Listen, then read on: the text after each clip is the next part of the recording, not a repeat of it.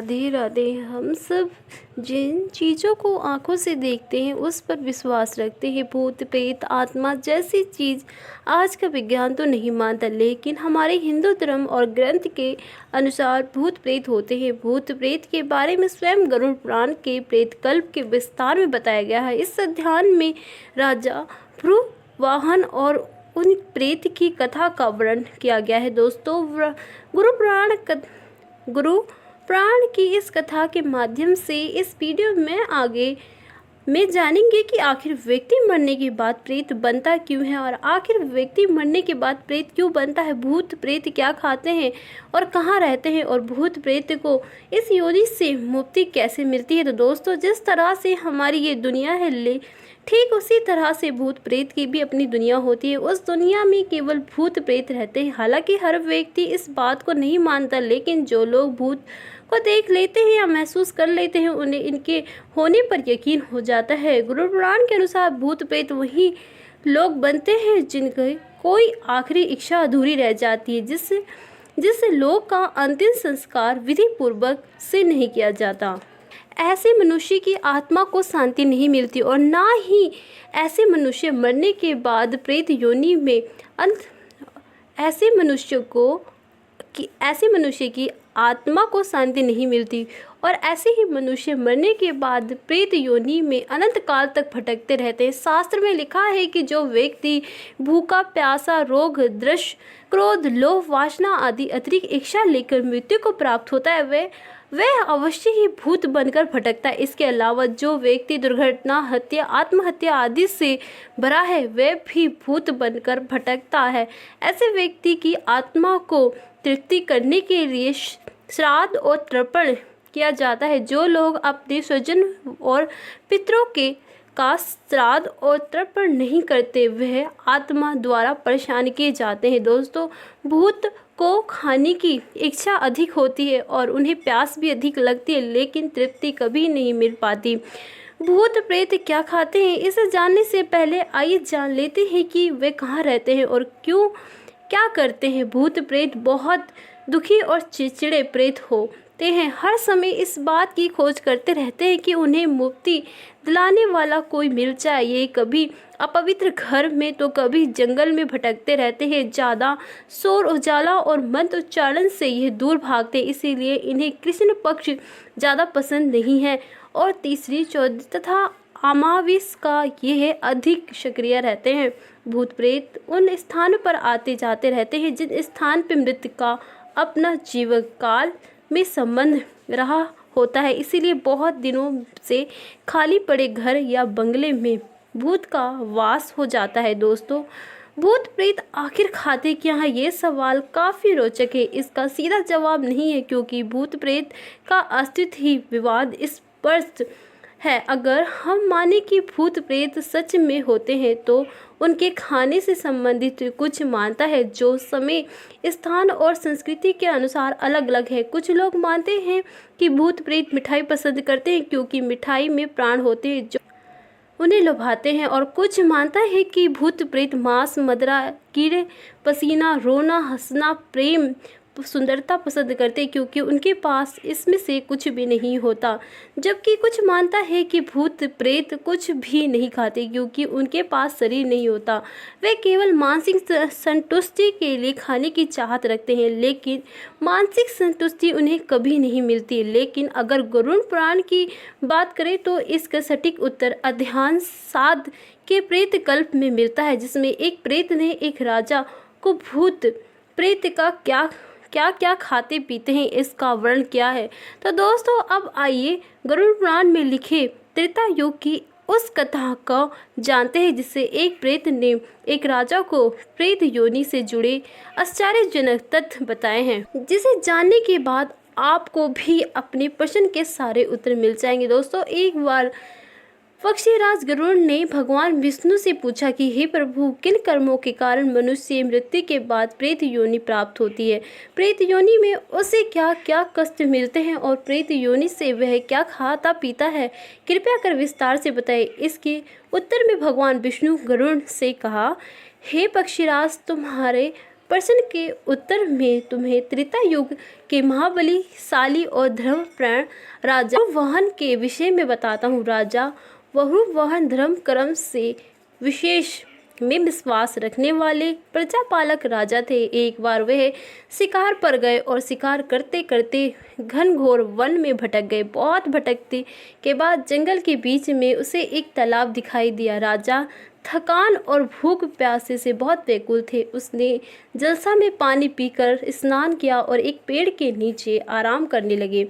तभी एक भयंकर प्रेत उसके सामने आया और बड़ी निर्ममता से बोला, हे धार्मिक व्यक्ति, आप कौन हैं? आपके संपर्क में आने से मेरी प्रेत भाव ना छूट गई है। तब राजा ने उस प्रेत से पूछा, तुम कौन हो? किन कर्मों के कारण तुम यहाँ प्रेत क्यों प्राप्त हुई है और यहाँ इतने डरावने घनघोर वन में क्या कर रहे हो तथा किस विधि से तुम्हें इस योनि से मुक्ति प्राप्त होगी? तब प्रेत बोला, हे राजन, जिन मृत्यु का अंतिम संस्कार या श्राद्ध दर्पण जैसे कर्मकांड नहीं होते तथा जो लोग अकाल मृत्यु और पाप कर्मों से मर जाते हैं वे सब प्रेत रूप में यहाँ निवास करते हैं और अतृप्ति अवस्था में हमेशा भटकते रहते हैं। हे राजन, हम प्रेत किसी भी भौतिक वस्तु का ग्रहण कर तृप्ति नहीं हो पाते। इस वन में सुंदर फल विद्यमान है, फिर भी मैं भूखे प्यास से पीड़ित हूँ, क्योंकि मुझे जल और फल किसी की भी प्राप्ति नहीं हो पाती। राजन, अब मैं आपको अपने पूर्व जन्म के बारे में बताता हूँ। मैं मृत्यु से पूर्व विदेश नामक नगर में रहता था। वैश्य जाति में उत्पन्न हुआ था। उस जन्म में मेरे नाम सुरेश था। मैं सुख सेवा दान करता था। देवताओं और पितरों को नियम से पूजन व्रत किया करता था, जिससे वे संतुष्ट रहते थे। किंतु मेरी कोई संतान न होने से मेरी सभी पूरे कार्य निष्फल हो गए। मेरा कोई मित्र संबंधी या कोई बहन भाई नहीं था, इसलिए किसी ने भी मेरा अंतिम संस्कार नहीं किया। इस कारण मुझे प्रेत योनि की प्राप्ति हो गई और मैं अनंत काल से इस योनि में भटक रहा हूँ। मुझे भूख और प्यास लगती तो है, लेकिन तृप्ति नहीं हो पाती। हमेशा भूख शांत करने के लिए इधर उधर भटकता रहता हूँ। अब मैं आपको एक मणि दे रहा हूँ। उसे प्राप्त धन से उत्तम ब्राह्मण को आमंत्रित करके विधि विधान से मेरा अंतिम संस्कार धर्म दे के क्रियाओं का अनुष्ठान करके मुझे प्रेत योनि से मुक्ति दिलाइए। इतने में राजा को ढूंढते हुए सेना भी आ गए। राजा ने वापस आकर प्रेत के बताए अनुसार प्रेत के नाम से अंतिम संस्कार और अन्य क्रिया संपन्न की। संस्कार पूरा होते ही वह प्रेत तत्काल स्वर्ग के समान देह वाला हो गया। उसने राजा के सामने उपस्थित होकर उस प्रणाम किया। उसने राजा बहुवाहन की दया सकल की प्रशंसा करते हुए अनेक प्रतिग्रहण कुशलता व्यक्ति और उसके बाद वह अपने पुण्य कर्मों के फल स्वरूप तत्काल स्वर्ग चला गया।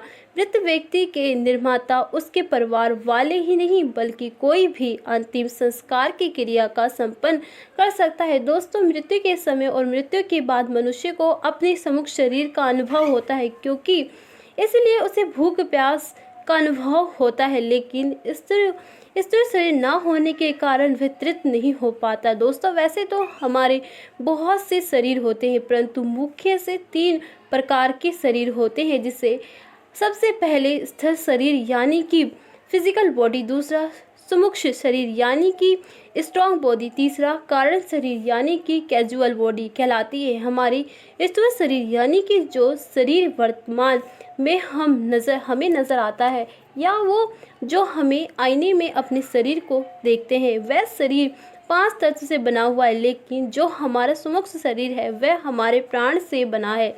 तीसरा जो कारण है शरीर है वह सुमुख तरंगों से बना हुआ है। हमारे फिजिकल बॉडी यानी कि स्थूल शरीर दृश्य माना है जो कि हमें दिखाई पड़ता है, लेकिन सुमुख शरीर और कारण शरीर अदृश्य है।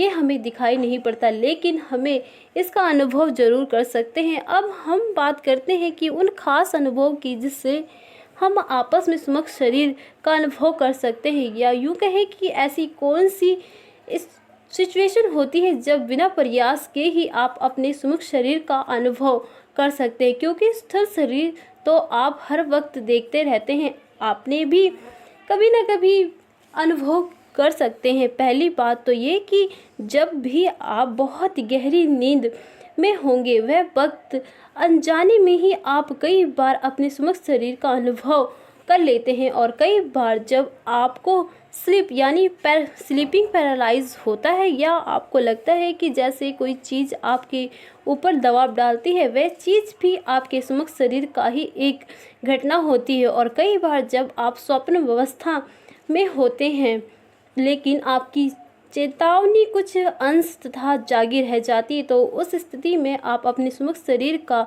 दर्शन कर लेते हैं। इस जब आप गहरे ध्यान में होते हैं आप अक्सर ही अपने समस्त शरीर का अनुभव कर सकते हैं, और जब आपकी मृत्यु हो रही हो तब उस वक्त भी उसके बाद भी आप अपने समस्त शरीर का महसूस कर सकते हैं,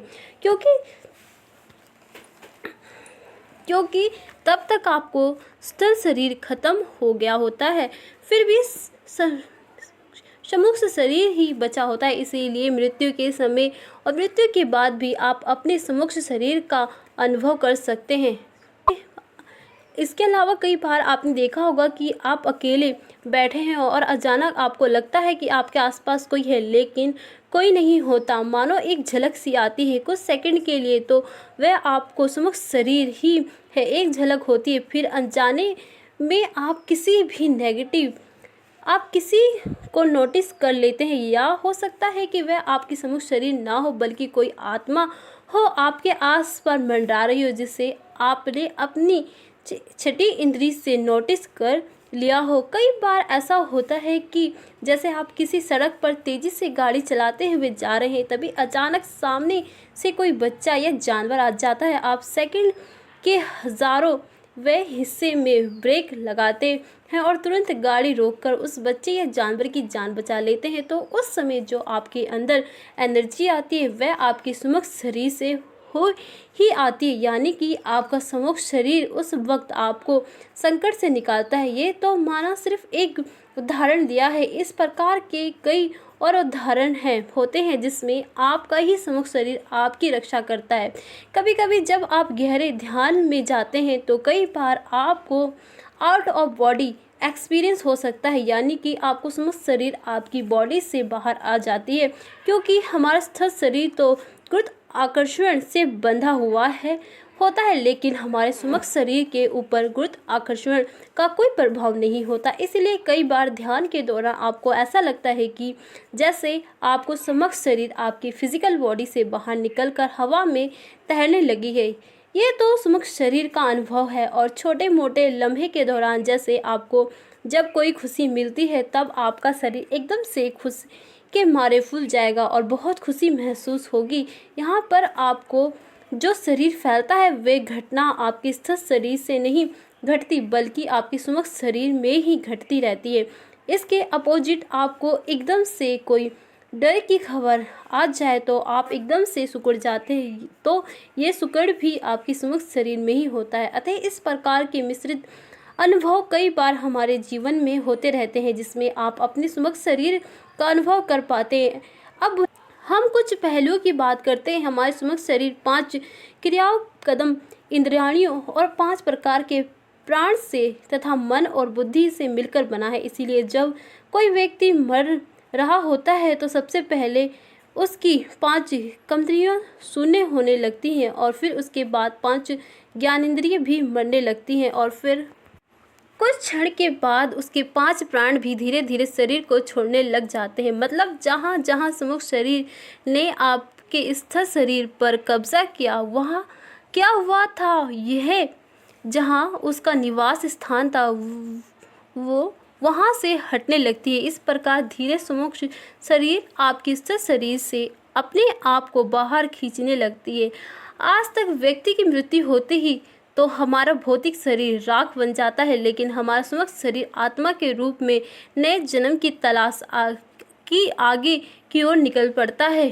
स्थूल शरीर की मृत्यु के पश्चात हमारे इस जन्म और पिछले जन्म के जितने भी संस्कार आदतें, विचार, इच्छा, कामना, वासना और भावना होती है। ये सभी चीज़ बीज के रूप में होती है, सुमुख शरीर में ही संग्रहित रह जाती है। यानी कि हमारी भौतिक शरीर तो मर जाता है, लेकिन हमारी वासना, इच्छा नहीं मरती। इच्छा और वासना के अधीन होकर हमारे सुमुख शरीर अगला जन्म की तैयारी में लग जाता है और अगले जन्म इन्हीं इच्छाओं के कारण वैसे ही इस शरीर में ले लेता है। आपने कभी कभी ऐसा महसूस किया होगा कि जब आप छोटे से बड़े हो रहे हो तो आपके अंदर कुछ ऐसे विचार उठने शुरू हो जाते हैं या ऐसी भावना उठने शुरू हो जाती जिनका आपके इस वर्तमान समय से कोई जुड़ाव नज़र नहीं आता।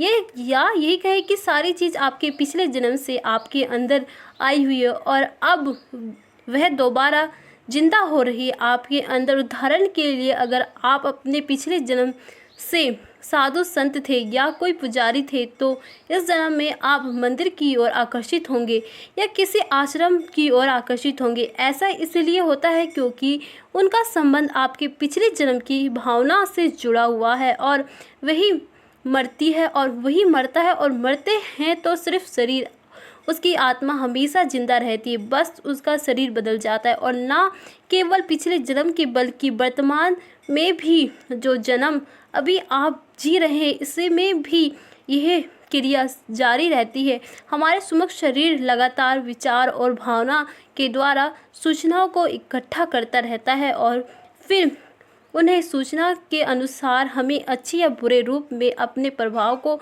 देता रहता है। अब तक आपको यह मालूम चल गया होगा कि हमारा शरीर मुख्य रूप का ध्रेय करता है और हमारा स्थूल शरीर नहीं है, बल्कि हमारे सुमुख शरीर ही हमारी सुरक्षा शरीर है और शरीर को कमांड देता है और स्थूल शरीर उसको फॉलो करता है।